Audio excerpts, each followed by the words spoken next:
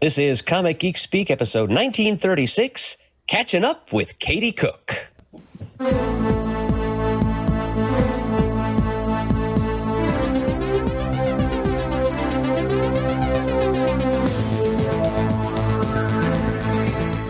Welcome to Comic Geek Speak. I'm Ian Leatherstein.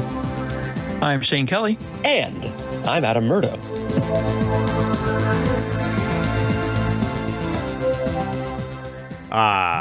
Very good and, Murd. Very good and.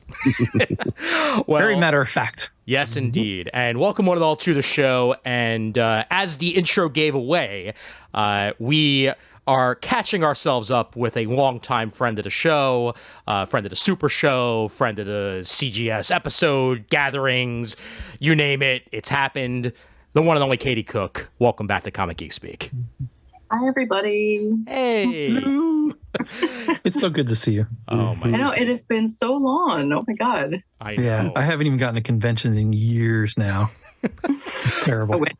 Well, one of my favorite thing to do over the past couple of years is to literally just do like a drive-by wave as you have like your giant line at New York Comic Con, just like hey, and then keep on walking because usually you're like at the front there with at least 20 some odd people, and I don't want to interrupt the flow and whatnot.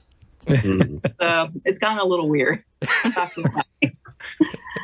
Oh my God! Well, we'll get into the catching up and whatnot, of course, in just a little bit here after we do some introductions of ourselves, and that of course is patreon.com/comicgeekspeak. First and foremost, for all you continue support of the show for as little as $1 a month, we really do greatly appreciate that. And related to that, sponsorships are back in the bag here.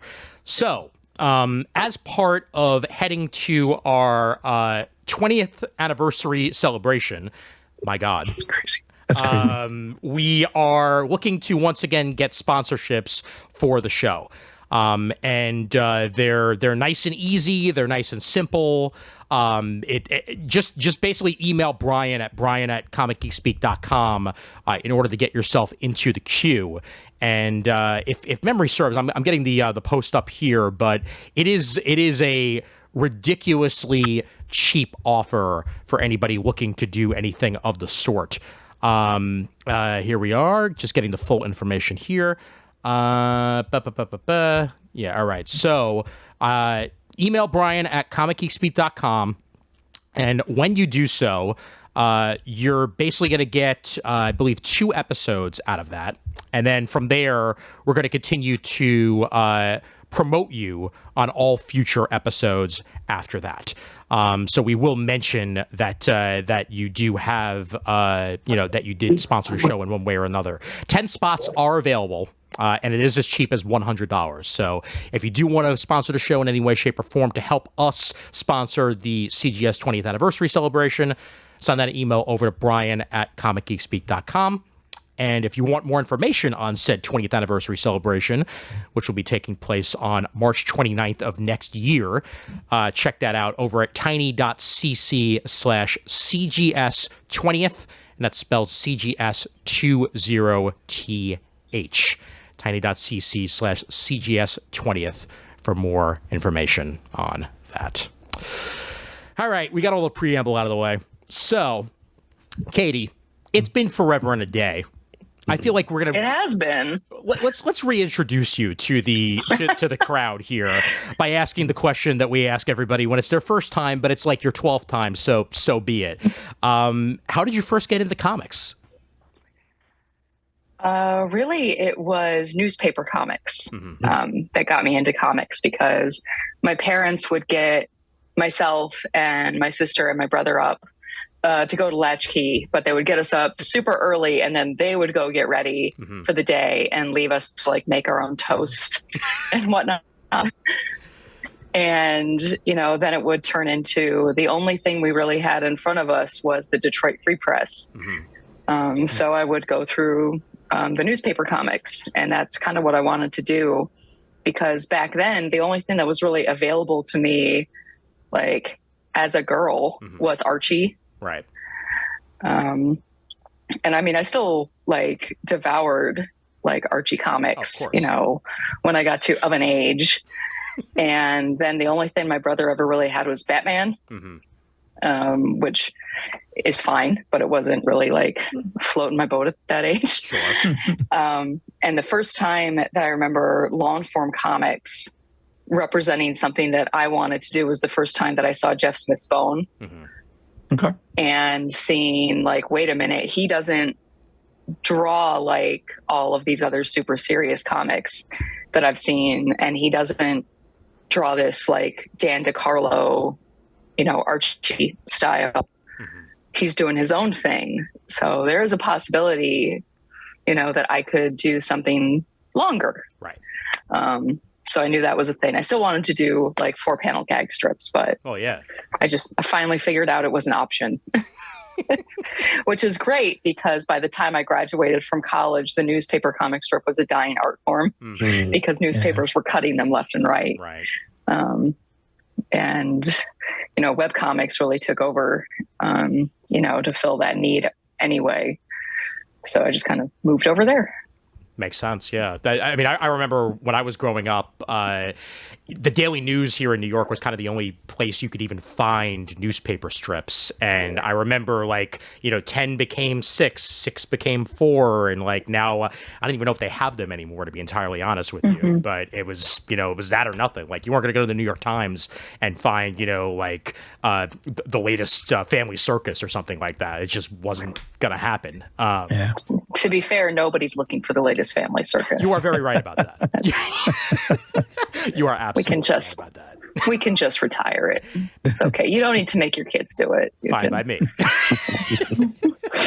But you are right, though, about webcomics, how that really did fill a niche and continues to fill a niche where, not just you, but, the Nortons of the world and like Jeff Jocks and guys like that have really taken to the webcomic form as a way to get those short form stories out there, which could also then evolve in the long form. Yeah. Well, that and it's, some of your biggest innovators in comics right now are working on something that's independent. Oh, yeah. Whether it be a webcomic or something else, because they don't have an editor telling them no. So sometimes you get some diamonds in the rough. Sometimes you get stuff that I text Andy Price at 2 a.m. going, look at this. Oh my God, what is happening? Oh my God. This person is older than I am. Someone take away MS Paint. or the John Burns of the world who will do unlicensed X-Men comics just because they can, Exactly. That's all part of the greatness of it all. And with Nothing Special, starting out as a webcomic and now making your way into the book space, it's a real great way to piggyback into that, and also at the same form presented in an entirely new and different format for those who might have missed it the first time around, or people who are just looking to have it on their shelf. Yeah, it's been so weird, the evolution of it, because I started with my first webcomic, which was Gronk. Awesome. Which is like a back in the day Comic Geek Speak moment. Yeah. Yep. And I self-published, the books from that for a while. And then I started doing so many licensed properties that I had to stop Gronk. I just did not have the time for it.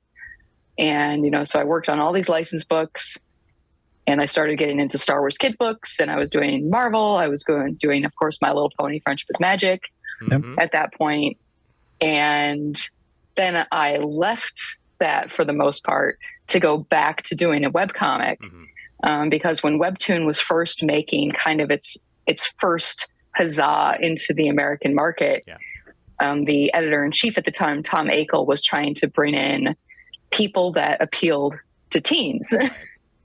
And at that point, I was the pony lady.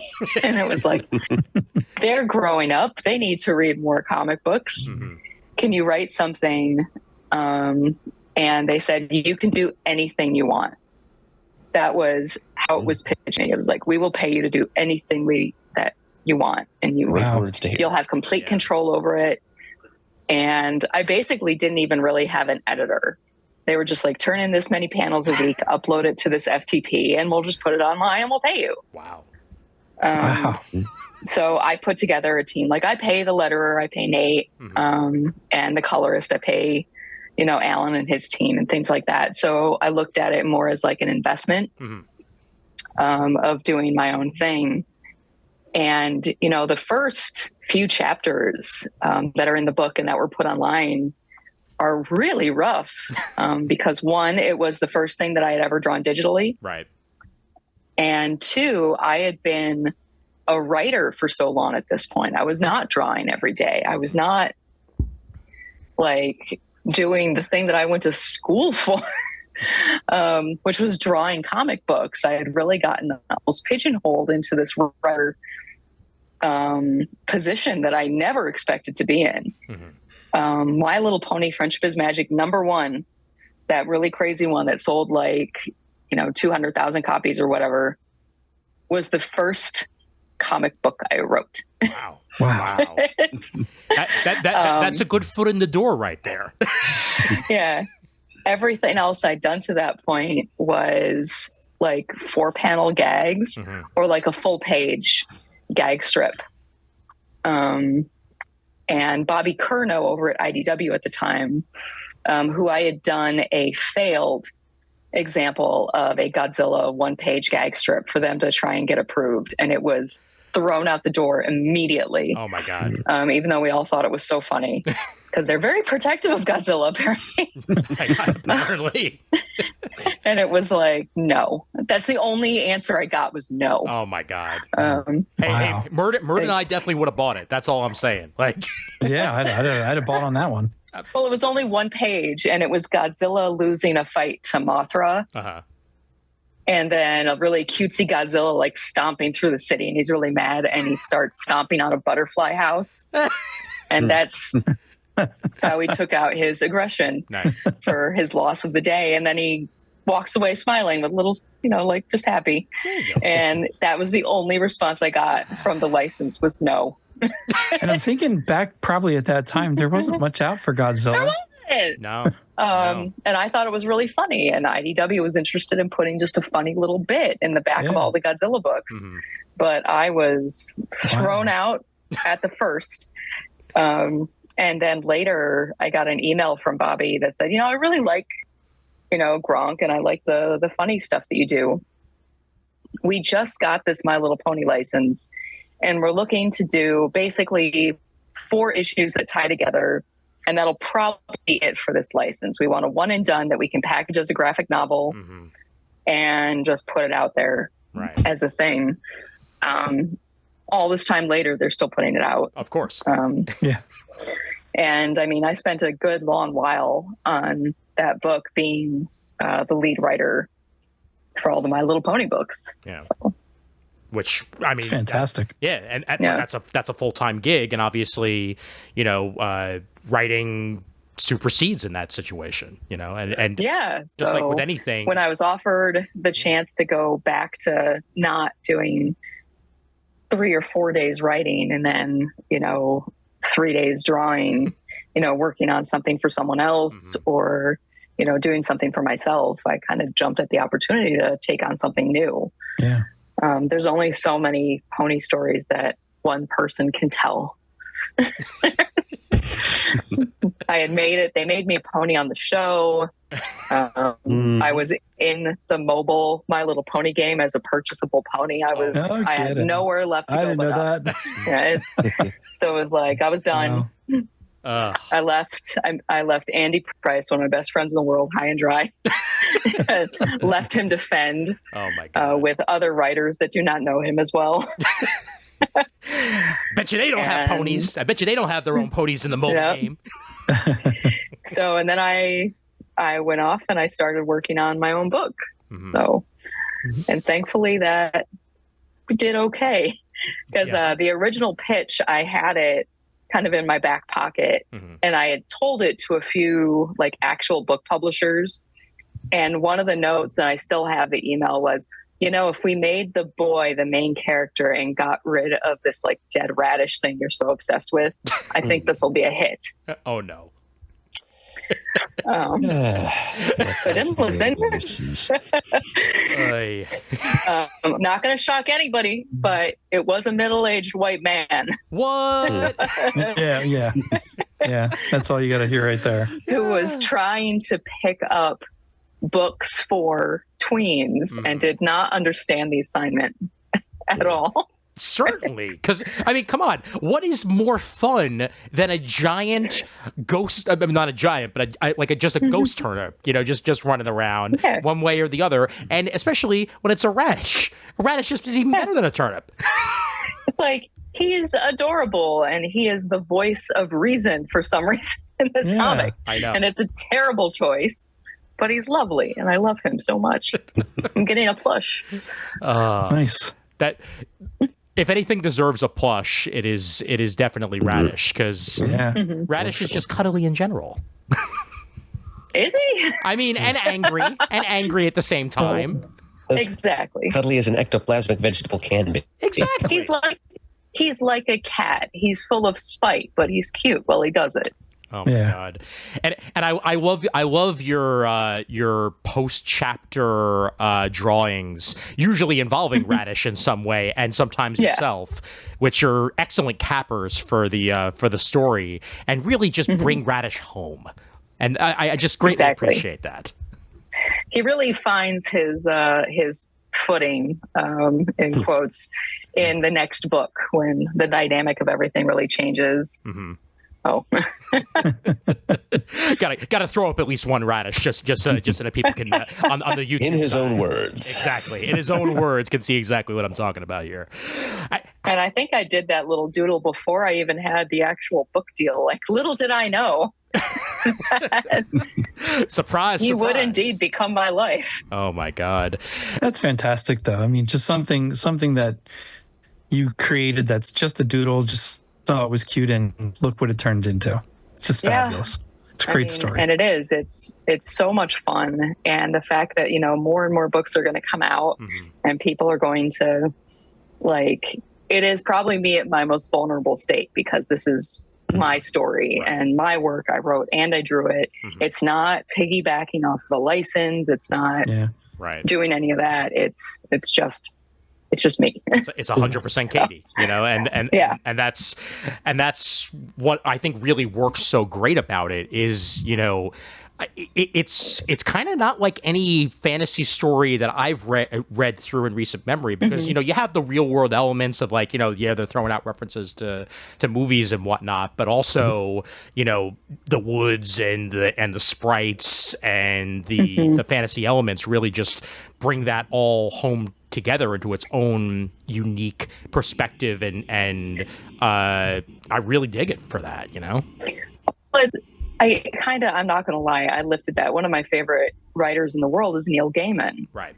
And I love that a lot of what Neil Gaiman does sits on this line, like it's the rooftop of fantasy and reality. And if you just slide through a crack in the world, or you just peek over that one side of the roof, here's this world that's been there the whole time, but you've been missing it.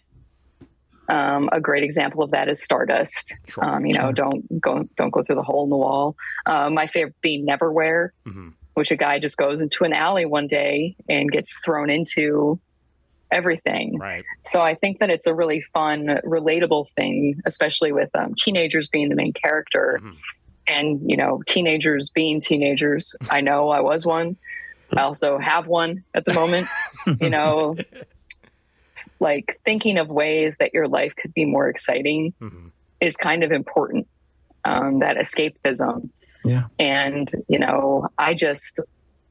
what world would I want to see back when I was a teenager, and I wrote it and I made it relatable by adding in, elements of things that I loved at that age, mostly being like Lord of the Rings and high fantasy. So. Sure. Yeah. Even when I would play with my toys with action figures, and I had Star Wars and GI Joe figures mostly, I would always in my room at some point divide up the room with some kind of pillows or structure with a hole in the middle. And on this side it was normal Earth, but you walk through that side and you had powers, you could do things, or it was another dimension, or it was a hidden pockets. So that makes perfect sense to me what you're writing about. Absolutely. Yeah, because every kid out there, hell, even every adult out there hopes that one day, like, they're just going to walk through a door and all of a sudden there's just something more. Oh, Yeah, there's something magical. Yep. Mm-hmm. Yeah, That's why I'm still holding out that superpowers are out there and everybody's just being real quiet about it. I won't disagree with that either. Or that magic really did exist and it's been kind of hidden and forgotten about, except for Exactly. you around the world. I mean, Murd already has magical sideburns, so he maybe that's your secret power right there. Yeah, sure. It's for all the magic. He's forming it here for posterity, right?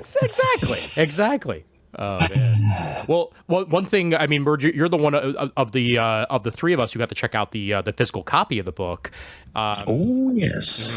And I'd love to get your take on it. Okay, I was going to say, did they send you the hardcover or the soft cover?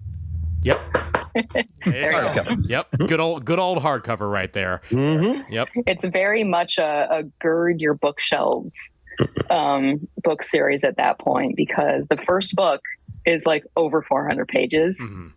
The second book is over 400 pages. Nice. The third book is over 400 pages. Wow. And book 2 and 3 are actually the second story arc that's online, split up into 2 books. Okay. And they're still both 400 pages. Wow. And the third arc is going to be split into 3 400 pages. Wow. Wow. Okay, so exponential growth here. It's working in triangular numbers.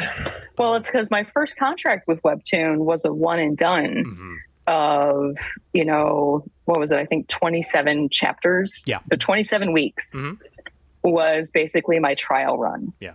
Of like, if this does well, you can either pitch another series or you can continue and do another story with these characters. So I wrote it so it was a closed story for the first one. Yeah. And, I left that possibility open of it continuing. So then when they let me continue it, I just went in all out because they didn't give me like a week number that I was allowed to like mash everything into. It was just like, keep going. It was like, okay, I'm just going to do my thing now. And That's fantastic to have that freedom. Yeah. Yeah. Yep. Definitely. I appreciate too. By the time the first book ends, like, you really do lend yourself the room for growth. And just the way that it tentpoles, like sort of like almost in a Buffy-esque fashion, with the magic shop and whatnot. Just really giving you the way to roll and do as whatever the hell you want with the story from. Yeah, I wanted it to end with, you now know all the characters that are your main cast. You know their personalities, you know their dynamic, and now they have a base. Yeah. It's like everything can come back to that point, and that's where exposition can happen. That's where this can happen. Yeah. And then you throw them out the door on any adventure and put them somewhere else. Yep. Murd is a fan. And if you wanted to do something different, you could end it at that point and still have a satisfaction of their story completed in this one perspective. And they were safe and they had a place to go and you knew they'd be fine. But to then continue it works perfectly as well. Absolutely. Yeah. Murd, as a fan of these type of fantasy stories, did this wet your whistle and more? Sure. Ever since I got it in the mail from your, what is Maya anyway? Is she like an editor? Maya is Penguin Random House's publicist. Okay. Okay. All right. So it's her job to send out stuff like this to folks. Okay. Well, she was very nice in brokering this whole exchange here. And after she sent this thing to the CGS studio, I took possession of it. I have read it all the way through twice since receiving it. Yeah, it's just that's awesome. It's very enjoyable fantasy, Katie, and it's got your signatures all over it. I love all the details in the background, lovingly concealed in plain sight for the careful reader to enjoy. I love all the little ghosts frolicking in the gutters and the margins of every single page. Yeah, that goes even more insane on the second book. Okay. Because as I was finishing up the reformatting of all the pages, as most people are aware, back in November, I had an incident and I've been in a wheelchair ever since. So I don't have a lot to do during the day except work. Oh boy. It's or go to physical therapy. It's a blessing and a curse, and a blessing and a curse. My editor is thrilled. Oh my! It's God. like if she knows, she'll like give me a text and she'll like, well, why don't you wheel yourself over to your children's Mac Mini that you've hooked up a Cintiq to and get this done today? And I was like, oh, I don't want to. I was binge watching Fargo when I got this text. Oh my God. And here I am just finishing season 2 of Fargo, so I know exactly what you're talking about. Damn, that's a lovely distraction. So good. So damn good. Oh, it is so good. Damn. Well, that's part of the question too, like the change in formatting, because reading it on Webtoon and, it's a scroll through experience, you're getting from panel to panel to panel that way to now the book experience of page to page, like just how much reformatting has to be done in order to do that. Like, did you just go to the initial, digital layouts and then just, change them that way, or did there have to actually be restructuring and whatnot? There was a lot of restructuring, and fun fact with that, as a lot of people know, we kind of have like a Michigan Art Night group for my area, and it's myself, David Peterson, Jeremy Bastian, Jay Fosgett, and Nate Pride, who's a wonderful artist, but he's also a letterer and whatnot. And when I was drawing the first chapter for this and trying to explain like that Webtoon, we now call it the Webtoon format. He and David both said, you're going to have a hell of a time trying to get that into a book later. And now it became Nate's problem because we hired Nate to reformat the whole thing. Because I always said, well, that's future Katie's problem. That's future Katie's problem. And it turned out to be future Nate's problem. Oh, great. Lucky him. So I look at everything after it's done and I'll make suggestions or whatnot. But really, what I do is I go in and punch it up at the end, or say, hey, this panel sequence doesn't make sense, or hey, this lettering change doesn't make sense. But other than that, especially with book 2, I went into all of those gutters and I Sergio Aragonis the hell out of it. There is so many extra drawings, and it's not just the little spirits like sitting there. Now they're acting, they're talking to each other, or one of my favorite pages that I had to fight for is laughter. It's kind of a brain malfunction when he starts talking to somebody. So I drew in like this face, and now there's like a little bit of brain leaking out of his ear, and it leads into this like vignette illustration that was in the gutter. That's his head as a coffee mug, and all of the brain has spilled out and it's dripping down the side of the entire gutter. And then there's a little spirit saying, ew, David, which is for me. But I did that page after page in that book. So 2 is nuttier than book 1 ever was. 1, because we kind of learned what we were doing with book 1. Yeah. As kind of like what we did with Webtoon. It got crazier as I was drawing more and more of it. But the new stuff, even Nate's like, I don't know how we're going to put this in a book. And it's like, not my problem. It was like, that pant 16 inches tall. I'll work with that. It was intended to be like, if it was a book, it would be a page turn. Like that's what that, while you're scrolling on your phone or your iPad or your computer, it's supposed to give you that same suspense. Yeah. But now it's like, what do I do with all this art, Katie? And it was like, well, I don't want to lose it. I spent all that time drawing it. Yeah. So figure it tell out. me where you cut it. And Cut here. I will give cut helpful suggestions. Make it work. I'm paying you to make it work. Yeah. I'll do the very nice Tim Gunn make it work instead of New Jersey. All right. Fine. Or is it Brooklyn? I don't know what you're imbibing here. I mean, I'm always imbibing Brooklyn whether I like it or not. So let's just go with Brooklyn on this one, even though it did sound way more New Jersey than I intended. So now speaking of that group, how long have you all been gathered together like that? It's been years. It's been so long. It really tapered off because of COVID. Sure. And then just, like everybody now being in like different places. I just saw David the other weekend because I did a book signing. So I had him come out and like MC a Q&A. Oh, that's thing. Nice. Because it was like, you want somebody that's good at making comics to do this? I got one of those. Nice. But no, it's been, I didn't have kids when we started doing that. Yeah. Now I have a 13-year-old. Man. Wow. It was so long ago. So I've known that group forever. That's fantastic. And they are like the most wonderfully supportive people I've ever seen and met in my life. Jeremy and his wife even came out to that signing as well. So it was, just kind of a good old days. Yeah, that's wonderful. That's so awesome. Yeah, I love hearing things about just like the growth of community and stuff like that, and how people just do their best to try to stay together over the years, even as COVID and all this crazy other stuff happened. Like the fact that there is still that community just makes me very, very happy. Yeah, and it's they're my family. Yeah. When my second kid came, like 5-6 weeks early, and that was Harper. David and Julia came and like stayed in the house with Grayson while I went to the hospital to go have a baby. That's awesome. That's the level of friendship. Yep. There you go. That is truly family. Yep. Because I just called him and I was like, I'm gonna have a baby.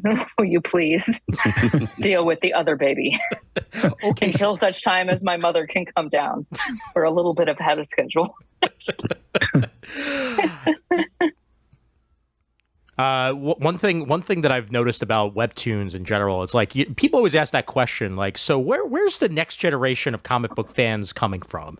Where's they are all 12-year-olds with phones. Exactly. Yeah. And there's such a weird webtoon is just really hit or miss, even for me, and I say that lovingly. Yeah. Some of the stuff that's translated like from the Korean stuff is so like almost like a pocket production of like, here's the stuff that I know I have in my pocket. There's some old hard candies and some lint. Let's make it look like everything else we've done. And it's gonna follow the exact same story, and it's gonna have a beautiful girl who thinks she's ugly and two boys fighting over her, and let's make it go on for 3 years. I didn't do that. I very specifically, the second in when book 1, when I could have introduced a love triangle, she pulls a knife on the guy and then hits him. It's because it's my least favorite trope when it comes to YA or all ages anything. Yeah, it was like, pick a lane, you're fine. It's just like, oh my God, the Twilight books, which I had already read, way back in the day. But of course, now I have a 13-year-old and they're like, my friend's reading Twilight. And as a joke, they were like, are you team Edward or team Jacob? Yeah. And I went, as a teenager, you're team Edward because he's a vampire and you get all this stuff. As an adult, team Jacob, he's got a job. He's got a nice family. He's got a lot going for him. Yeah. And he's not a fucking vampire. I mean, that does go a long way. So your feelings on the matter are going to change, Grayson. That's just the way it is. Yeah. Although now I would be Team Edward because it's Team Batman. So, that's just enough said. Shane on this one. I mean, I enjoyed the movie, but I don't know. He's in that weird Lighthouse movie with William Dafoe. How about just like Team Lighthouse Keeper? I don't. Yeah, there you go. That I'm all for. I love lighthouses. Yeah. Yeah, it's like I'm married to a guy that looks like he keeps a lighthouse. He has a very prospector-esque grizzled beard. He has to take a flashlight out to his man cave, the pole barn in the back. Is that where he keeps his ukuleles? It is. He keeps them in the house because that's not temperature controlled out there. But he will take them out with him and go. He's got a couch out there. It's like, because the people that built it, it's a pole barn. It's like they did pole barn things with it. I don't know. Sure. We keep a riding lawnmower and a couch in it, and like that's it. It's huge. And now it's like Ryan will just go out there and play the ukulele and watch people playing video games on his iPad. And he will come in and play that video game and be like, well, I saw some guy named Taco Lover 83 do this. So I specifically need to try this technique. And it's like, okay, you do not need to explain that to me at all. Okay. Well, and you say about the next generation of comic book readers or fans at all. And as much as I never thought this really would happen, it really is also the video games that they play. Oh, yeah. The Spider-Mans and the Marvel stuff of the world, because even my oldest boy, he's got access to all this stuff that I have up here that he could read at any moment he wants, and he never really did, and that's fine. Yeah. He read Bone and a few other things, but that, wasn't his thing. Yeah. He's playing Spider-Man games and other things on the PS4, and all of a sudden he's looking up what's the current Spider-Man book and what's good to read, and all of a sudden he's getting trade paperbacks of all this stuff. So it does serve a purpose in that way too for some people, and that was totally not me. I like video games, but I don't play it like he does, and he really got interested in some aspect of superhero books that I never would have thought he'd want to read right now. It's Grayson wanted to know why there was nothing that tied into the Loki TV show, because that's a very different Loki. That's true. Yeah. And it was like, well, I'm not the person to answer that question, but we can maybe get you some other recommendations. And they go through all of the manga that's in my office. Oh yeah. But there's some books that I put in their hand that they're like, I don't want this. I don't want this. They'll like some of them, like they've read Bone, they've read, all of my old newspaper strip like collections from Calvin and Hobbes. Yeah. Sure. But I think they loved Lumberjanes. They love all that stuff. Oh yeah. But every once in a while I'm like, oh, you like Scott Pilgrim? Let's try this. And it's like, I don't want to look at this. I don't. Yeah. I'm not fond of whatever's happening here. I have pre-made up my mind, and that is not for me. Thank you very much. Yeah. Next, please. And it's like you're reading the book by its cover, kiddo. Oh, yeah. And I asked Grayson, because I have so many comp copies of this book, not only because Random House sent me like 8 boxes, my agent also got 2 big boxes. And he's like, I only need 2 that I keep on my shelf as like a look what I helped with. Yeah. Look what I made money off of. So he sent me his 2, and they're already open. So I was like asking my kids, I was like, do any of your friends want these? Like, do you want to take some to school? And Grace went, they already read it online. Why would they need the book? And it turned into that hurts my feelings for some reason. Yeah. I'll sign it. Yeah. There's still something to be said for holding something physical. Yeah. Yes, I sent in 2 copies each for them to give to their library at school. All right. So I was like, your librarian will care. Yes, definitely. Take this to them. Yeah. At least the school has a library, like Yes. that's It's mostly computers. yeah. The school district we're in is so weird because elementary schools are 1 through 4, and then there's an intermediate school that's 5 and 6. Interesting. Okay. The library of the intermediate school has an entire section that's just graphic novels. Nice. It's almost bigger than any other section in that library, which I'm very familiar with because whenever Grayson had board game club, I always got the timer on and I went to go pick him up like 40 minutes early. So I would just go get a book and sit down. Nice. Yeah. Which is how I read a lot of Tintin. And I was like, I would put a disclaimer on a lot of what's going on in this book. Oh, yeah. Like, I am familiar with it. I've read some, but I'm going to partake. It was like, ooh, like, should I get Post-its? But But I mean, they had Mouse Guard, huge section of Dana Simpson's Phoebe and her Unicorn. So there's the newspaper strips all represented. Yeah.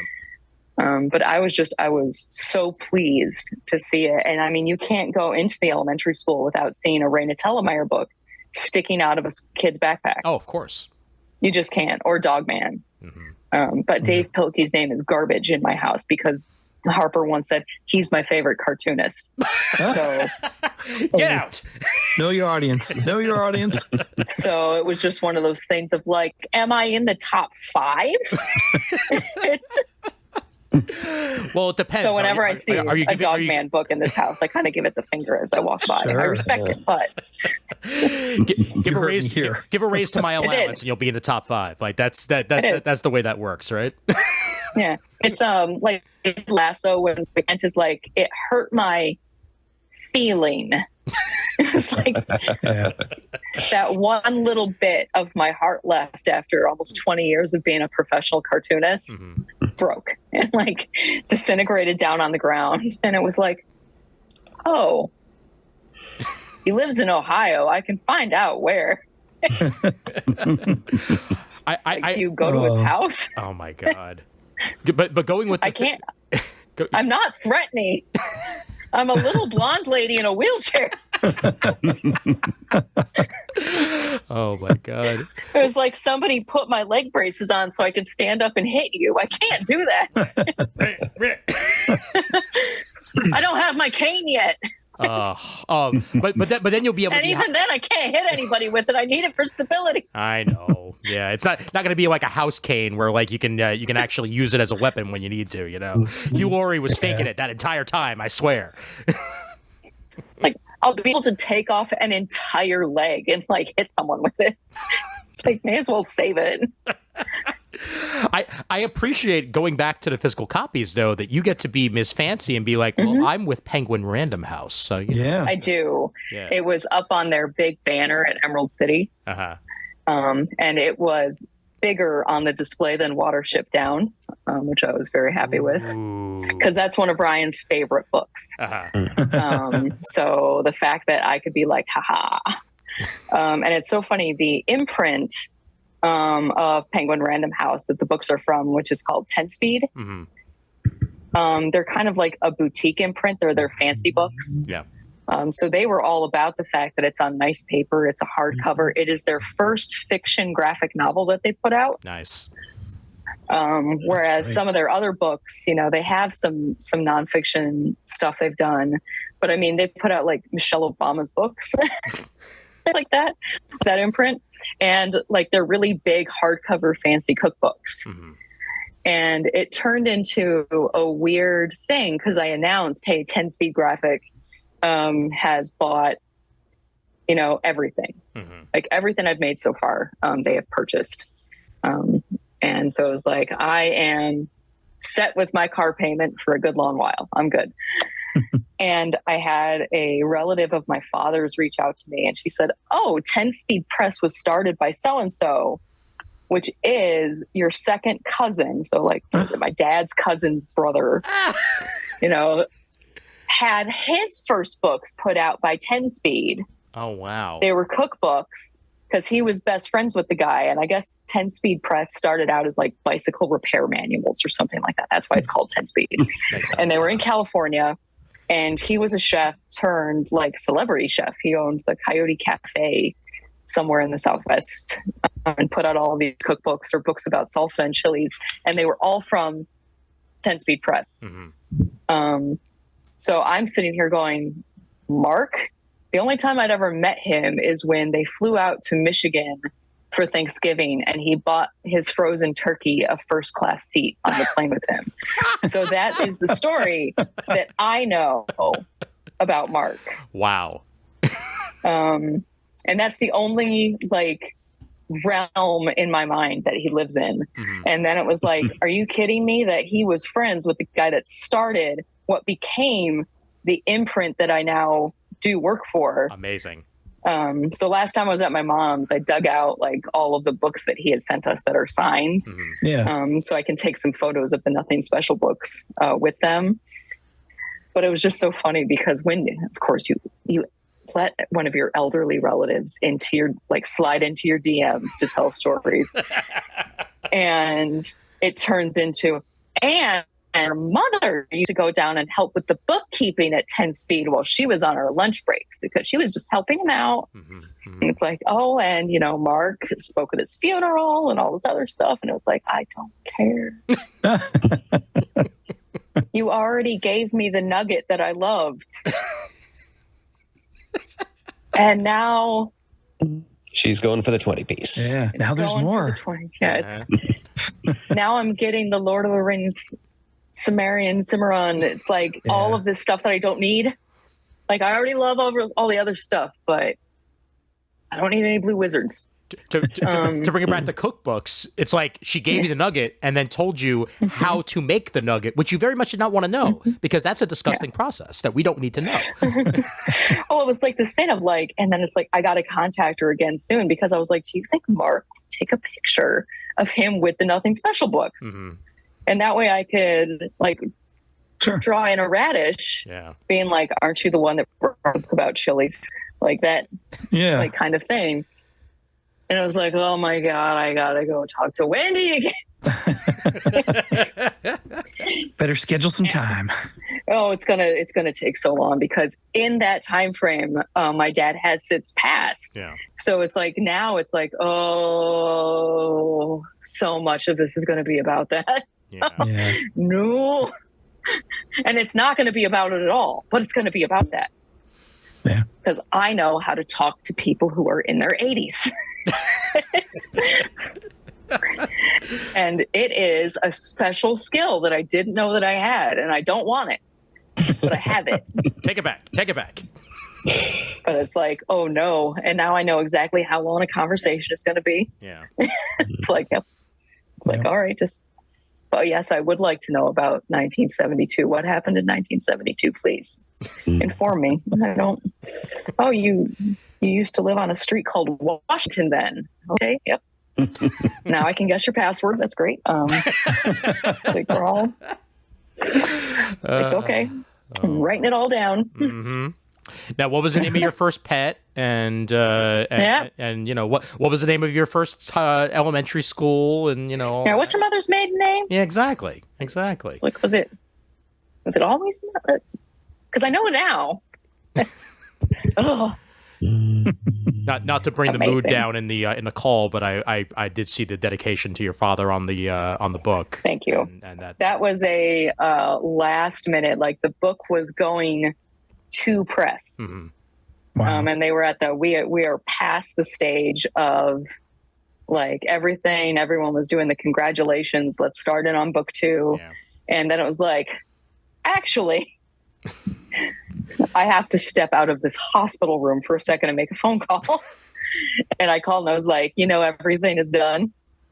Is not done. So it's like I made them like take the dedication over the phone so they could change everything in-house.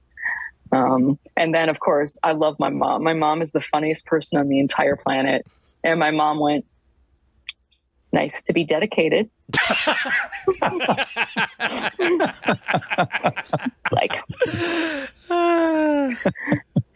so just for the tone that I'm going to get from her, book 2 is dedicated to Ryan. And then there's plenty of volumes to come. So there is. Yeah. But it was just this thing of like, oh, now she's expecting it. Mm-hmm. Yeah. I'm gonna throw it in at random now. Yeah, and then she's not gonna dedicate one to the turkey in first class before you do her. Exactly. The turkey in first class. Yes. And then the kids, and then my mom. My mom brought up, you paid for your college out of pocket. Just so you know, you don't have any student loans. And I was like, yeah, I think Dad was also part of that. Mm-hmm. I think let's. Are you going to die anytime soon, Mom? That could move you up the ladder. Yeah, I was like, because I'm looking at that dental desk you keep your printer on. It's oh my God! I like a lot of the antiques in the house. Like I said, my mom is the funniest person on the planet because she's very maudlin, It's That's my you favorite. can you know what she's very British humor Nice. for someone who was born in Arkansas. Maybe she watched a lot of PBS growing up. I don't know. Actually, no. It's she lived in Michigan for most of her life, and back in the day when we all had aerials, kids, ask your parents what those are. We got Detroit PBS, but we also got Canadian Public Broadcasting. Oh, which is where we watched all of our Are You Being Served, Monty Python, Nice. Fawlty Towers. nice. Sure. All of that was on during the day and all night. And there were no remotes to change the channel. So if it was already on that and you were really comfy on the couch, you're like, I guess I'm watching 4 episodes Are You Being Served? Yep. Because I'm not going to do it. Yep. I remember those days. Yep. Oh yeah. Yep. So And I can relate. Like I can't say my mom was the funniest person in the world, but since both of my parents passed away, I do miss the joking around that we used to do with them. yeah. The teasing, the little in jokes that nobody else will get if I say it, but Yep. I know my mom would get it and would laugh about it. So I can relate to that. I can very much blame every corny joke I've ever made on my grandfather. So I completely completely feel you on that. Whenever he was sick, he would say, "I feel like 10 pounds of shit in a 5-pound bag." That was his favorite saying. Yep. Good times. So, Yep, indeed. the Gronk fan in me has to ask, of course, is that still on the back burner for eventually perhaps returning from the land beyond back down a little bit? Maybe. Okay. I never discount it. Yeah. In my mind, Gronk is part of the same universe as Nothing Special. Nice. Gronk was one of the monsters that just kind of got out from the other side. Makes sense. Because the whole thing starts with Gronk used to live with the monsters and she was really bad at being a monster. So she left. Yep. Which is kind of, the premise of the books now is that Callie and Declan and whatnot are just really bad at being fully human. Yeah. So push. They went through the other side. And again, it's that exploration of like, I want there to be, to what's going on. And Gronk really started to just devolve into me making fun of Grayson after I had kids. So it was like, because I lived with a monster at that point. Sure. And I think if I brought Gronk back, it would be like Gronk would act like a really sullen 13-year-old goth kid. Oh boy. Who I'm going to make sure they are nowhere near me. Once recently said, "Me and my friends are different. We shop at Hot Topic." Oh yeah. Yeah, definitely. Oh yeah. And it was like, yeah, cool. Right. That's what Hot Topic shoppers are famous for. It's like, cool. You're also going to be in the musical in like 2 weeks for your school. So maybe let's tone it down on the I'm so different. What are they doing? I was going to ask that. Beauty and the Beast. Oh, nice. Grayson has been working with Ring of Fire, the people with all the swords and stuff, and they're the fight captain for all of the fight coordination and whatnot, while still being in the ensemble cast. Nice. So they're very excited. Yeah. But yeah, they have turned into my little theater geek, where they're with all of the other charming little weirdos. Yep. I love it. Ryan has also did, theater in school. I did theater in school. Yeah. So it's really fun to watch. And this comes off of a catastrophic 1-year trying band. Oh no. So this is much more in their wheelhouse. And I like it better because kids band concerts happen all the time. Yes. And I don't know if you know this, 12-year-olds are not good. Yes. So there was someone who didn't know how to play the clarinet in my house all the time. Ooh. And I love instruments. I cannot play one. I'm fascinated by anybody that, has vocal range or can play an instrument, can read music, really, because it is just something that I cannot process. But we're also right now, Harper is about to go into 5th grade, where you can pick band, orchestra, choir, or year-long PE. And earlier today, Harper went, I think I'd like to play the trombone. Oh, no. And I lost it internally. I did not lose it outside of my own mind, but it was like, you were also considering choir. You were also considering choir. You were also considering choir. You were also considering choir. What can I do to make the push this way? And then Ryan comes and he's like, I had so much fun in band in high school. And I was like,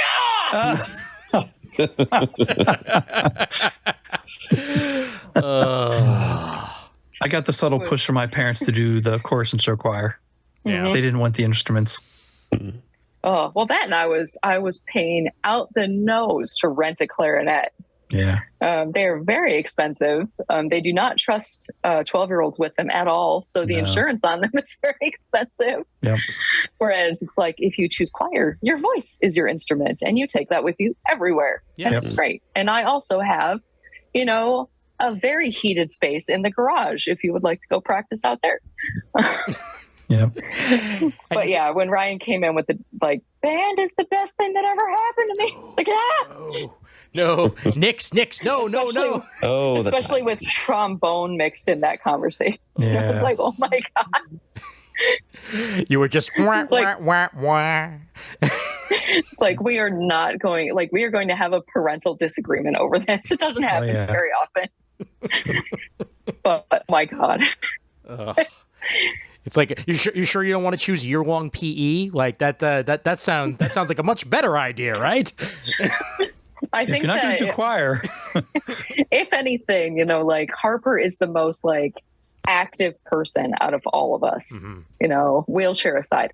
But they are the person, the second they get home from school, it's like, I'm going outside. Doesn't matter what the temperature is, doesn't matter if it's raining. They want to go run around the yard. They want to go explore the neighborhood.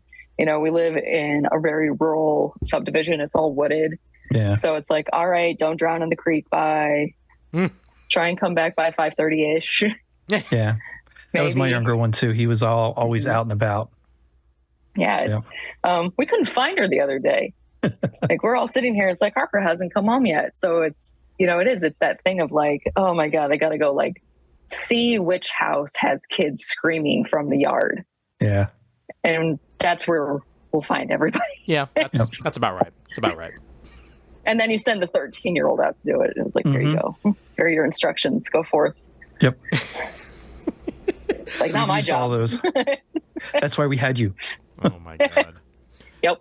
It's like, why would I do the dishes? That's why I had you. Yeah. That's why I waited for you to be tall enough to reach the sink, so I didn't have to do dishes anymore. Oh, absolutely. Yep. Come on. You live here too. And now that I am currently injured, I also don't have to do laundry. Because I can't fit into our laundry room. Because it's a little galley hallway. What a coincidence. It's marvelous. What a coincidence. Yeah. I might stay in the chair longer. Doctor, don't tell them. Just okay. We're just going to keep it on the down low that I'm up and about, right? Right. Well, how did Emerald City Con go? I mean, did the chair complicate things there? It was interesting. Ryan came with me, which was the first time Ryan had been to Emerald City Con. Oh, very cool. Normally does San Diego with me. Because, he has a real job, in their words. Yeah. A little hurtful. But just a little. He came with me and I did the first signings for the book because they were coming out the following Tuesday. So we had advanced copies there. And they did sell out of every copy that they brought. Nice. Great. Which is great. I only brought the things to do my little paintings at my table. I did not bring inventory. I didn't bring prints. I didn't want to deal with any of that because I was sitting in a chair trying to deal with all of this. And that made it so not stressful. Which was amazing. So I just sat there, I painted, I talked to people, and then I would go sign books. Then I was on a couple of different panels. And so it was one of the most laid back times I've had at a show that was not Motor City, which is 15, 20 minutes from my house. So I go there just to be there. Yeah. I go there to get out of my house for a weekend. That's fair. But it was relaxed, and the most stressed out was watching Ryan stress out about the travel and stuff like that. Because it's the first time really going anywhere with me in this condition. Yeah. And the poor guy was freaking out at every turn, which I appreciate, and also just felt so bad. Sure. Because I'm very tongue-in-cheek about the whole thing. It's like, I will make the joke, well, I brought my own chair, so I'm comfortable. That kind of thing. Or, somebody wants a photo with me. It's like, don't worry, I'll stand. And they see what's happening behind the table. And Ryan is the one giving the look of that's not funny. It's funny. It's a little funny. I always think those situations are funny as long as the person who's in it thinks it's funny. Yeah. Oh, yeah. If you think it's funny, then it's okay to be funny. Yeah, because it's a really god-awful thing that has happened, but it's not forever. Right. And it just is going to entail a lot of hard work. And for me, the biggest inconvenience, other than, I live on the first floor of my house now. Mm-hmm. Sure. If I want to go upstairs or down to my office, I have the clear from the doctor. I do a butt scoot. I can lower myself down out of my chair onto my butt and go up and down the stairs like a little toddler. Nice. Yeah. And, really, it's whenever somebody places something too high in the refrigerator that I can't get to it, that is the most horrific thing in my life right now. That is, sure. I cannot reach the hummus. And that is the attitude that I am taking towards this whole thing of well, I guess I'm just going to enjoy house from the doorknobs down for a while. Yeah. Because what's the alternative? Being angry about being it, pouting bitter, about being it. angry. Yeah. Exactly. And I just don't see the point. Yeah. Yeah. And now next con you go to, if you want to cosplay as Professor Xavier or Metron. I'm not shaving my head. Okay, fine. Ball cap. That's all you need is a ball cap. You're fine. No, I got a lot of hair back though. I don't know if it's going to work. Yeah. My kids have gotten so into cosplay. Oh my God, it is so much fun. Yeah. Because they don't want me to make the costumes at all. They want to do it themselves. Good. Wow. And, I'm the one sitting here, I'm like, I have a BFA. Thankfully, I do use it in my job. But I also know these things. Yeah. I know how to sew. I own a sewing machine. Mm-hmm. I can help. And they're like, no. Back from Halloween, my youngest wanted to be the Monkey King. Wow. Of all things. Wow. And they and Grayson made a Monkey King costume and a staff and all this other stuff. And all I sat there and did was I held up pieces of gaff tape, for them. That's the only thing they wanted me to do was rip up pieces of gaff tape about this long and then split it down the middle. And then I would hold them like this until they needed it. That's all I did. Wow. That is my cosplay help. That's really good though, for them to be that ambitious about it. And yeah, they're so into it. Or I buy what they need on Amazon. I'm also there for that. Sure. You're the supplier. Yeah, I get the list of everything they think they need. Mm-hmm. And a few of them, I'm like, oh, this is ready made on Ipsy for this part. Do you want that? And they're like, no. But do they have a YouTube video about how they made it? And it's like, one, no, I don't know. Hey, you could. I don't even know how to look that up. You could find anything on YouTube or TikTok at this point. Like if you look hard enough, there's a tutorial for literally anything related to building. I use YouTube. I've watched speed buildings of Legos for some reason because I build a lot of Legos. So I'm like, I want to know if I want to spend all this money on this set. So I'm going to watch somebody else build it. That's fair. There you go. Sure. Because that's interesting. Or speaking of people watching video games, Stardew Valley tips and tricks. Because sometimes you just need something. That's fair. Yeah. I get stuck on building a Lego. I go to YouTube and see if I can find the part where somebody's building it to see if they ran into the same problem. Yep. I did that with the Lego treehouse because I was like, there's no way this thing is not going to fall over and kill a spider. I don't know what's happening. Yeah. This is And then I went back in after I watched a YouTube video on. I was like, it's this. There's a structural point in here that everybody complains about. And I became that which I hate, and I got the Craggle out, and it's not going anywhere. I haven't done that yet. I haven't had to Craggle something together. I've stayed away from that. Yeah, our to build pile is insane right now because my mother's love language is sending Legos. Okay. And she's very concerned about me right now. After watching, my dad died of Parkinson's, and I'm currently going through a neurological issue. Right. That has made me not walk. So she is paranoid and worried about me and everything. And that was the Lego ukulele came today, which Ryan absconded with. Oh my! I didn't know there was a the Lego tree. ukulele. Oh my god! A second, Yeah. just within me unlocking my wheelchair. Let's see what we got. Okay. Here is the Disney camera. Yeah, I have that to put together. Nice. Yep. Nice. And then I have That's an awesome set. several Harry Potter sets. A lot of food trucks, which I don't know what they're from, like the Lego City Yep. stuff. And then they're all like the Super Mario bitey flower dude. Nice. Yep. Piranha Plant. Yeah, Piranha Yeah. Plant. Yep. Yeah. And a few others, and then a few off-brand ones that she finds on Amazon. Ah, Like, there's one that looks like exactly like my coffee maker. And the note with it was, you can put it next to your coffee maker. And it's like, okay, this is. and then you'll accidentally try to turn on the Lego. Yeah, that's Yeah. And then your house guests. poor Ryan was like, we got to tell your mom to stop sending Lego sets. And I was like, this is the opposite of a problem. Yeah. I wouldn't turn that down. No way. Like, no.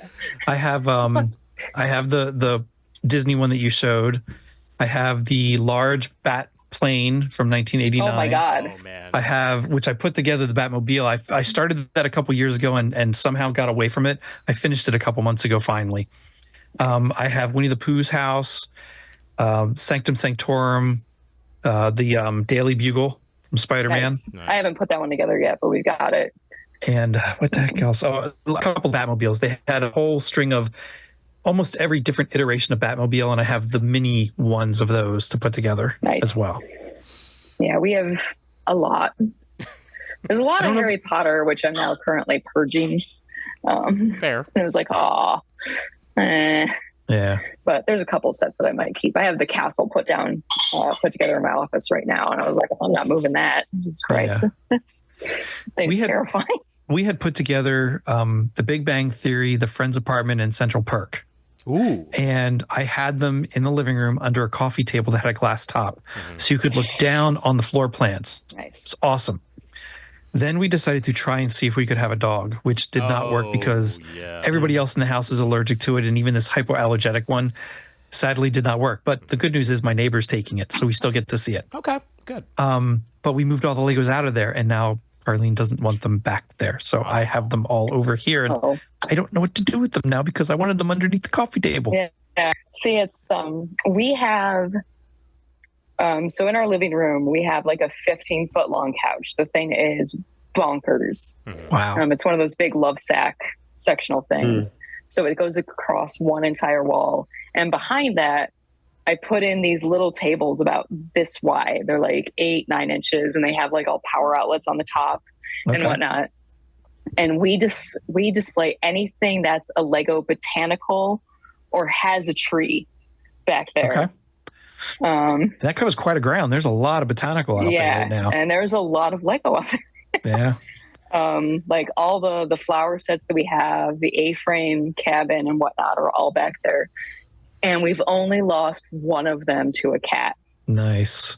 I cannot begin to understand how some of them have been where they are that long without any of our cats just destroying them. Oh, that's great. And the only reason the Venus flytrap like fell down and broke is because one of our cats is so fat he just does not know where his butt is going half the time. And I watched it happen. He was like sashaying across the back of the couch and just one giant kitty tush is all it took for it to go. Damn. Also, the neck of the Lego ship in a bottle is somewhere under the couch, and I have yet to get down there and fish that. All right. That was another cat. Have either of you gotten the Seinfeld set? I do have the Seinfeld set. I haven't put it together yet. Okay. Not until they explain how the hallway works. I know, because that hallway would not exist. No. Yeah, it's not with his kitchen there. It's not correct. Yeah, that's fair. That's fair. That's I'm all for architectural detail. Oh, absolutely, absolutely. To make you feel old, by the way, and to make us all feel old, I looked up. Your first appearance on CGS was episode 388 on March 6th, 2008. After the crew met you at WonderCon and then had you on about a week or two after that. So episode 88 back in 2008. WonderCon, I think, was in San Francisco still then. It was, yeah. Yep. Yeah, because I had been over to Lucasfilm. Mm-hmm. This was back when there were no new Star Wars. Yep. And stuff like that. Yeah. It was just this dry area, and I worked for StarWars.com doing freelance work and making really stupid little Star Wars cartoons, because it was just like, I don't know, no one else is doing stuff, and we have this big office. Here, have a money. Yeah. And look what that led to. It's great. After the Disney purchase, I got a lot of work. Yes. That very much worked out. My house is basically like paid by Star Wars. That's fantastic. Yeah, I'm very excited. I would get excited. Like, we'd go to Kohl's and I would see one of your Star Wars books at Kohl's at one Christmas or something. I'm like, I know that. Yeah. I know who did that. Yeah. I hope you have a little placard outside too that says "Paid by Star Wars." Yeah. Oh no. No. We do have a Rebel Alliance logo flag flying from our porch. Nice. Yeah. And every once in a while we get a neighbor, because we're pretty far back from the road. Our lot is 2 acres. Okay. And it's kind of on the back part of the property. And we had someone going, we love passing your house because we love your Red Wings flag. And I was like, that is not a Red Wings flag. Maybe when it is flying in the breeze and all you see is red and white. Yes. Yeah. It is not. I regret to inform you. It is a nerd flag. Exactly. It is not a... And it flies high. Yes. It is not a hockey nerd flag. It is a Star Wars nerd flag. Thank you. Yeah. And then we have one of the little yard ones that's the Jedi Order. That's out by the mailbox. Nice. And no one knows what that is. Oh, my God. Well, we had Wachter on a couple weeks ago, and just to catch up with him, and one of the questions that the listeners asked, I will, feel to you as well, as someone who was at many a, CGS gathering, whether it be, that or otherwise. What is your favorite Super Show moment? I think it's just the fact that the Super Show was one of the first moments in, my jumping into, yeah, I remember that.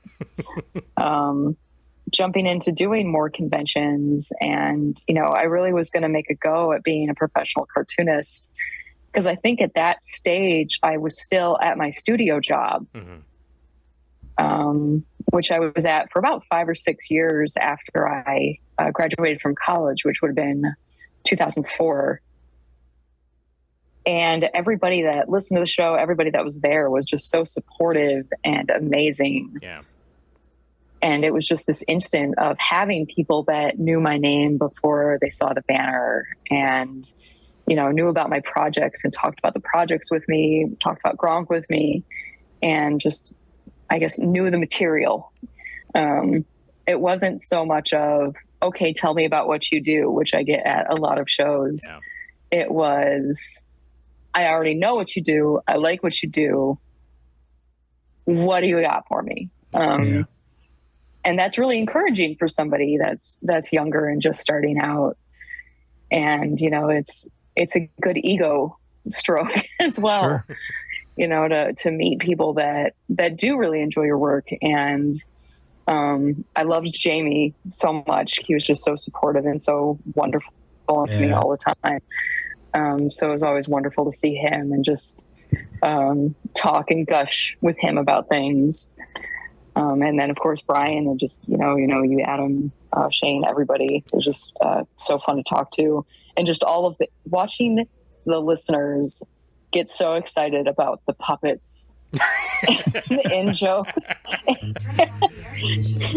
And like I remember at one point, like the puppets came out somewhere else on the show floor, and all I heard were, the puppets are here. Like this mass exodus of that side of the room. Even vendors like leaving because someone screamed that the puppets were out. And it was Charlito made magic with those things. Yeah, they're fantastic. They were so funny. Oh my! They're still at the studio, still on the top of the shelf. Yep. They hold a special place in there. Oh yeah. It is. It's a nerd, like Comic Geek speak. The beacons are lit. Is the puppets are out. Yep. Oh man, yeah. Well, I mean, honestly, like one of my favorite things, and I mean, I mention it whenever anybody's back on. I mean, mind you, I went from listener to part of the show and stuff like that, but also just seeing people that we knew from, way back when, and seeing where they are now is just one of the joys of this show existing. And honestly, you're kicking ass, you're taking names, and that just makes it all the more sweeter in the end, honestly. So yeah. It's I've gone to a point where it was like, I'm never going to be able to make this my full-time career. This is bonkers. This is a stupid idea. Why am I doing this? To I'm Katie Cook. Yeah, I do what I want. It's not I'm like Katie Cook. That's not an ego thing or anything. It's just like I can walk into any convention and I'm Katie Cook. Yeah. Yes, that's kind of badass. Yes, you are. It's totally badass. Yep. It also helps you have a very easy to remember name, quite frankly. I do. Yeah. Alliteration is key. Oh yeah. Amen, sister. Amen. And it's Katie is my real name. It's not short for anything. Because every once in a while I get someone that's like, oh, Katrina Cook or Catherine, or for a while it was like people were trying to guess it. And it was like, my legal name is Katie. My parents were very boring. My brother got Lauren Elliott Cook III, and then they just ran out of ideas when they got to me. Wow. Lauren Elliott Cook III. Okay. Damn. Wow. Yeah. My mom is a Beth, so she's gone her entire life like, oh, Elizabeth. No, it's Beth. That's it. It's just Beth. No, nothing else. Just Beth. My mother was a Patricia, and she got Patty Ann because her middle name was Ann. Patricia, and she absolutely hated almost all of them, and wanted names that nobody could shorten. So I got Shane, and my sister got Holly, and that's it. That's the whole reason, the main reason we were named that way. So nobody could shorten. Out of spite. Yes. I like it. Yeah. It was petty. Yep. No nicknames. I like it. Nobody tried to give you the nickname Shah. I mean, come on.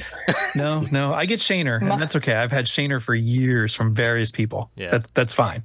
But no shortening of the names. Yeah, there was no spite going into my had- naming, but I appreciate that it has the same benefits. That's Adam. There's no shortened form of that. Definitely. Yep. Well, it's my mom had wanted to name me Eula after her mother, and I'm really glad my dad shot that down. Yeah. Yeah, I can see where that would be unwelcome. And now it's end user license agreement. So that's what I was thinking. It's like, oh my God, yeah. Like to think if today you were Eula and having to deal with that, it's like, oh my God, it's not spelled EULA. I have a friend that they engraved Eula on a flask and gave it to me. So I can't drink now because of all of the nerve medication, but at some cons and stuff, it was always like, did you bring Eula with you? And I was like, I did bring Eula with me. Would you like something? And my mom just got such a kick out of the fact that her mom was a flask. And you carried her around. Because my mom has my grandmother's bowling ball that is engraved with the name Eula sitting in her front garden when you enter the door. So my mom is just like a bowling ball in a flask. It's like my mom is still here with us. It's like that says there's a lot to unpack there, Mom. Yeah. It's like, do you need to talk to somebody? I know you're not of the generation that goes to therapy. Although it does weirdly feel like the beginning of like some weird poem, like a bowling ball in a flask, like it should be going somewhere. Or story. Name, Eula. Yeah, it started with a bowling ball and a flask. Yeah. I was out about town the other day, flask in my pocket. I pulled it out, and a name was finally written upon it. And then I looked, and there was a bowling ball, and it had the same name. And it was Eula. It's weird. It was Eula. Oh my god. Katie, this is awesome. I'm so glad you came on. This has been a joy, a thrill. Well, I'm on a lot of prescription medication, so I am really fun to talk to. It helps. It helps. It really does. I'm so glad for not only all the success you've had, but for everything that you've gone through in the last year, that you look well, you're doing well. Yeah. I'm because I can't reach the Doritos in the kitchen. That's why I look so good right now.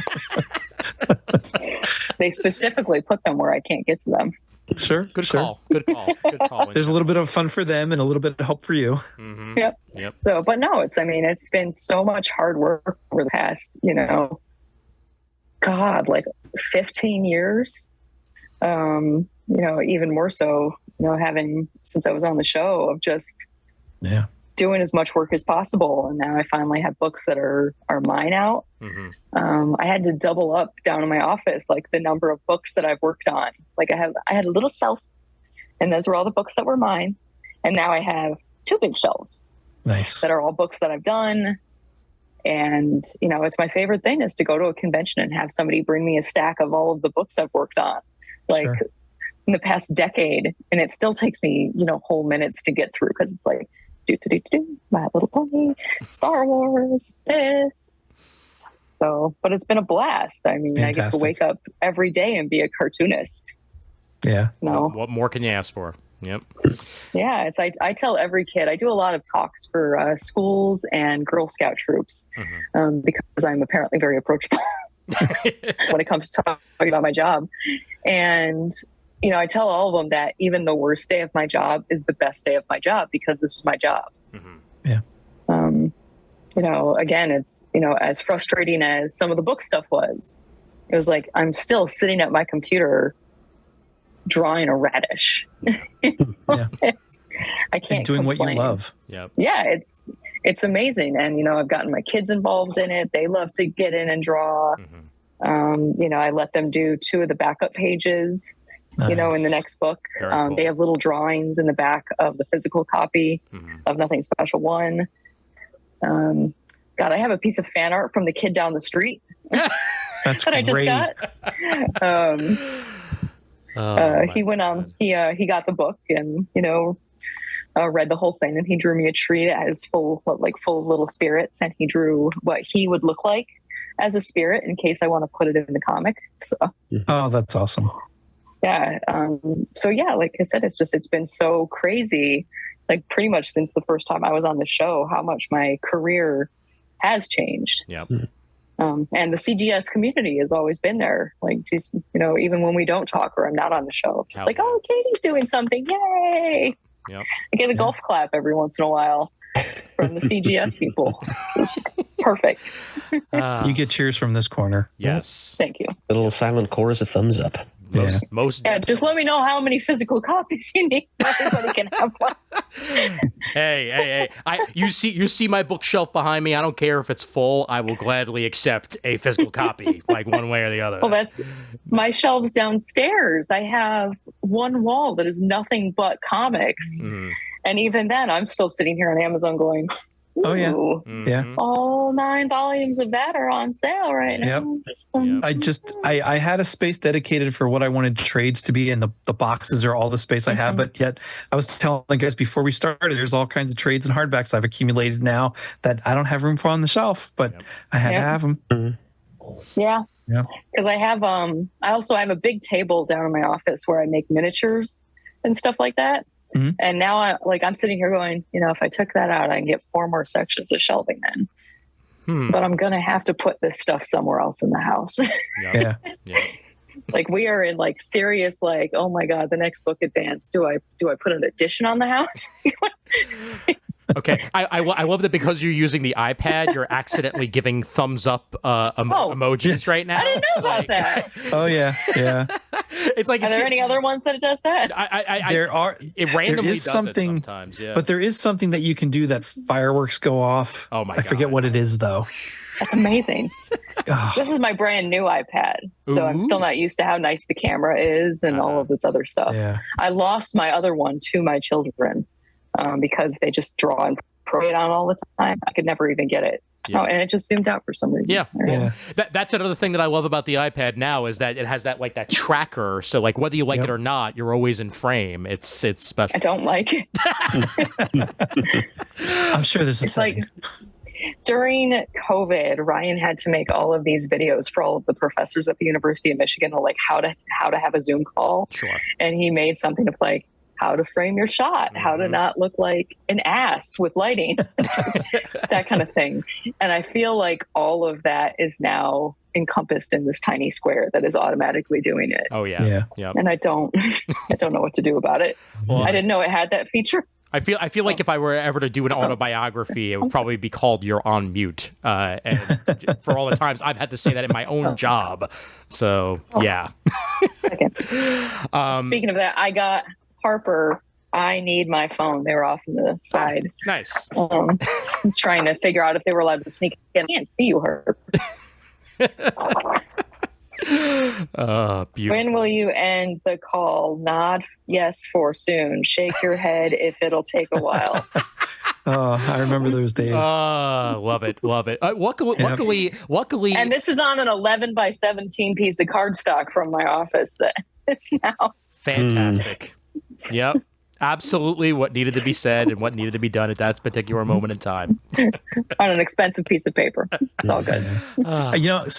Just one thing I just thought of. I still have a complete unused book of the cardstock comic book pages that you did the cover for. That was produced somewhere. Yeah.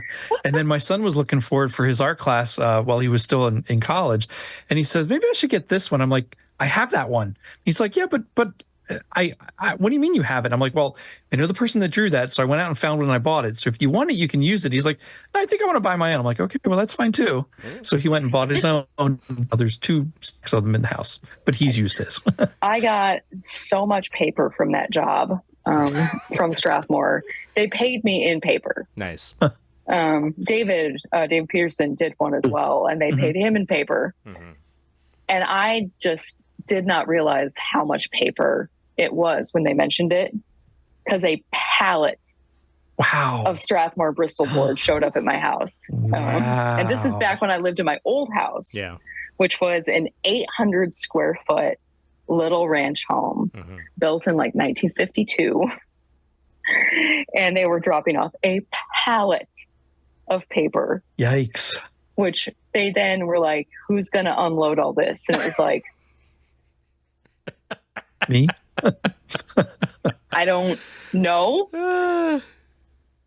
So I put it on the front porch. Like, he helped me at least put it on the front porch. And then when Ryan got home, like, I sat out there like a vulture, he touched it. Sure. It was like nobody in this neighborhood, I'm in Ypsilanti, Michigan, will want this pad of paper, but I am going to sit here with my Game of Thrones-esque sword made out of Bristol board. And then we got it into the house and it still was like, what are we going to do with all this? Wow. And now it's like all these years later, it's in the weird, creepy part of the basement, not the finished part of the basement. So every once in a while, it has very much diminished, but I will still go back there and be like, yoink, need some paper. Sure. Wow. I have not bought a pad of Bristol board in that entire time. I love it. That's crazy. Wow. I just have it. That's the day that it like runs out is going to be like that moment.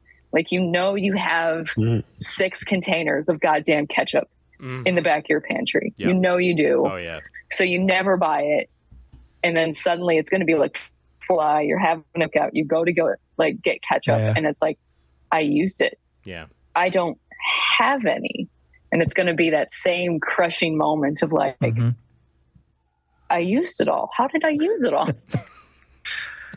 Wow. So it's gonna be interesting. Yeah, that's me whenever I run out of coffee. I'm like, how the hell did that happen? Like, come on. Oh, you can't do that. No. I have an Amazon subscription set up for coffee, so I always have a backlog. Nice. Yeah. I just set one up for Death Wish Valhalla because now we've become obsessed with that. So that's that's coming once a month now from Amazon for me.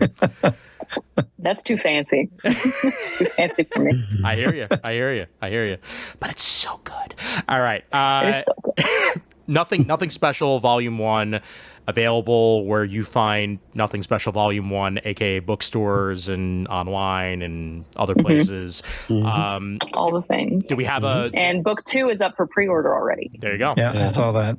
What's October scheduled? October. Yeah, it's we're gonna do spring, fall for the next several. And all of the vines on the front book covers connect. Nice. Excellent. Neat. So that way, Excellent. when you're outward facing them in bookstores and comic book shops, Vines. yeah. Nice. On book 2, there's a little spirit saying "Who" next to my name on the front cover, and they did not delete it. So I was Good. very excited. Yeah. Very Just cool. like That's great. the title page of the book in print says, "Multiple award loser Katie Cook." Yeah, that'll do. And where can people find your various socials and whatnot? I know it's usually pretty easy. Katie can draw on all the things. There you go. Like I have washed myself of the name Katie Cook because it was the name of a country music television host at the time when you were all picking out your names. Yep. So Twitter, Instagram, Facebook, all the just Katie can draw. Makes sense. Excellent. Well, Katie, once again, thank you, and thank you for coming on to talk Thank you. shop. Sorry, I didn't talk about comics at all. Oh. I apologize. That's what That was just great getting caught up. Exactly. We were hoping for this. Come on, it's old home week. Come on, Well, anytime you guys want to have me on, just let me know, gladly. and I will try Absolutely. not to be 9 minutes late. No. Nope. Sometimes we're I more had than to that. wheel from the living room That's into what I the figured. front room, That's what I Yeah. figured. and somebody put a boot in the way.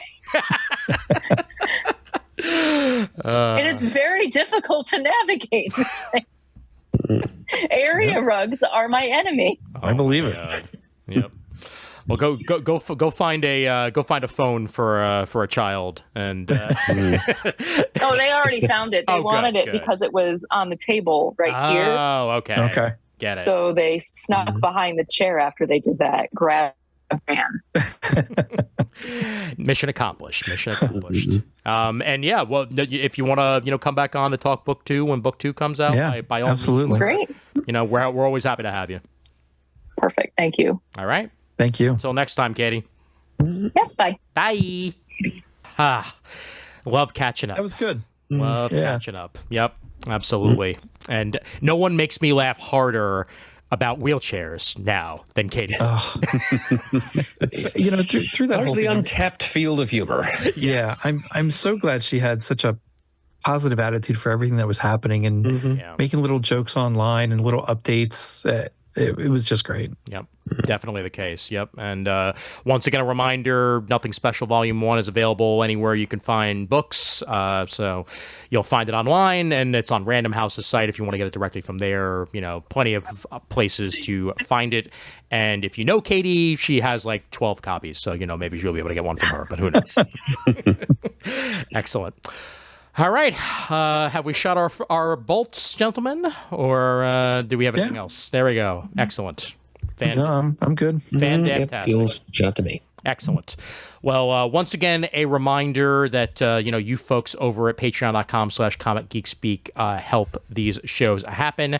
And those of you who are patrons have received some pants specials of late, including, that just sounds wrong, but I'm going to say it that way anyway. Pants specials, such as a unreleased pilot for a series that he was thinking of doing at one point on old school retro TV that got released. And there have been some periscopes and random other things released to that, and there might be some more to come. So yeah, go ahead and join for as little as $1 a month, and you'll get all that extra content. So patreon.com/comicgeekspeak for that. And on the socials, as was pointed out in the most recent, old school episode, we've been going through the Ohatmu all over again, and releasing them as Instagram videos and TikToks and Facebook videos. So wherever you find your short form videos,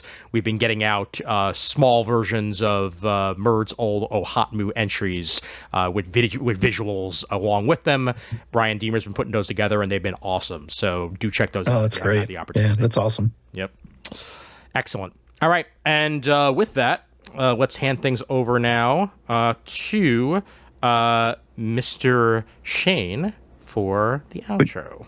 And we didn't close the forums yet, right? No, we did not yet. No. I didn't think so. Yeah. I didn't see an announcement of that yet. Okay. Forums are not closed yet. As a reminder, please back up your posts if you would like to. The forums will be closing sooner than later, so just do keep that in mind. Yes, the clock is ticking. Yes, it is. So you can still mention that if you'd like, Shane. The floor is yours now to be Shane. I wanted to do that. All right. Visit us at comicgeekspeak.com to send us an email. The address is comicgeekspeak@gmail.com. To leave numbers 26702-6642. Stop by thecomicforums.vanillacommunity.com and back up all your stuff. Look us up on YouTube at youtube.com/comicgeekspeak. Follow us on Twitter, like us on Facebook. Thanks to everyone who contributes to the episodes. And I'm going to say it, even though we didn't do it, send in a Muddle the Murd, because we probably could use some. And as always, we are uniting the world's mightiest heroes one listener at a time. And thank you, Katie Cook. Yes, indeed.